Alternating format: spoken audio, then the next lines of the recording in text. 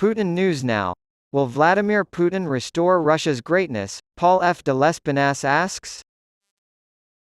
Throughout my career, I focused primarily on the United States and the Soviet Union, which disintegrated in 1991 into 15 independent states. Despite the fact that I was only in Russia for a total of 2 months before the fall of the Soviet Union, I have a deep fascination with the country and a lot of empathy for its long-suffering people. People's lack of concern for the Russian people when they call for prayers for the Ukrainian people bothers me. Russia's outrageous, special military operation against Ukraine does not involve bombing Russian cities, but it does involve enlisting a large number of Russians, either willingly or against their will, and causing massive casualties. Many other young Russians have uprooted their lives to avoid being conscripted and sent to Ukraine as slave labor.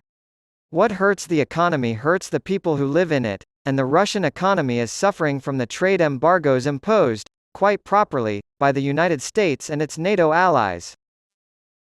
I hope and pray that Vladimir Putin will end this stupid war as soon as possible so that he can focus on growing his own garden rather than trying to expand it by force.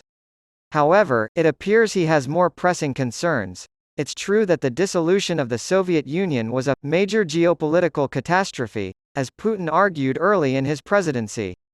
The moral of the story is that even all the king's horses and all the king's men couldn't put Humpty Dumpty back together after his great fall. There is no egg unscrambler, as put by Thomas I. Cook, chair of the Political Science Department at Johns Hopkins University, where I did my undergraduate work.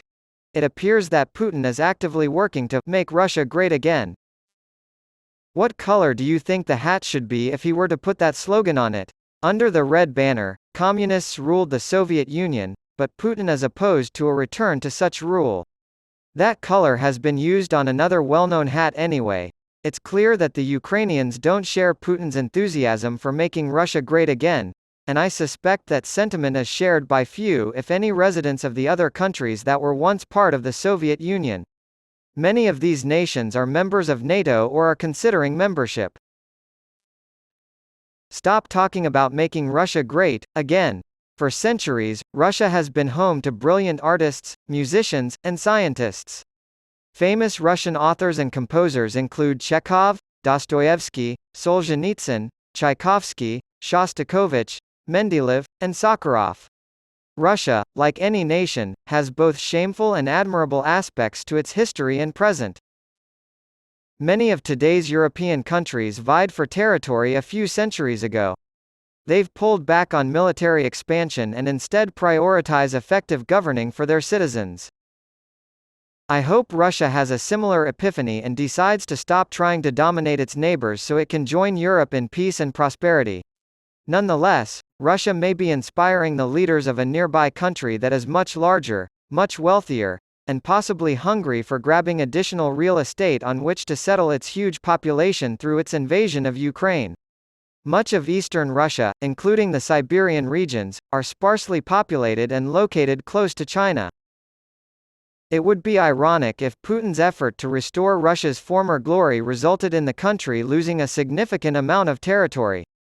It's possible that Moscow's crackdown on Russians who oppose the war in Ukraine is creating conditions in which Siberian residents see living in China, no paragon of civil liberties, as preferable to being governed from Moscow.